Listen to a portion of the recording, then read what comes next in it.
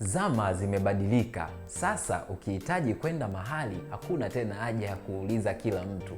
Unatumiwa location kwenye iPhone yako, unafungua maps na unafuata ramani mpaka unapokwenda. Unafahamu kwamba iPhone inaweza kukupa huduma ya maps hata ukiwa offline. Yaani umejikuta sehemu hakuna internet au bando limekata, bado unaweza kuendelea kutumia ramani na ukafika pale unapokwenda. Kufanya setup ya kutumia maps hata ukiwa offline, kwanza fungua application ya maps. Ukiwa kwenye application ya maps, gusa hapo kwenye profile yako, kisha gusa kwenye offline maps. Tap kwenye download new map.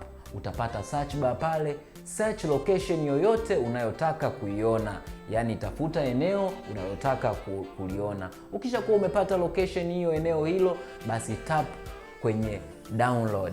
Hapa iPhone yako ita download ramani hiyo ya hiyo location na itaisave. Utapata notification pale iPhone itakapomaliza kudownload kukufahamisha kwamba ramani hiyo sasa imekuwa downloaded kwenye iPhone yako. Sasa muda wowote ukiwa offline, unaweza tu ukafungua maps na utaona ramani hiyo ulio-download kwenye ramani zako ambazo zipo ndani kwenye iPhone. Hata ukiwa offline, unaweza ukaifungua ramani hiyo na ukaona location zote na ikakupa guide. Kama unataka kuendesha gari, taarifa zote utazipata kwamba ni muda gani itakuchukua kufika kwenye location yako na taarifa nyingine kama hizo.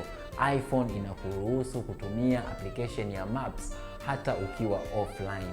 Ni rahisi sana.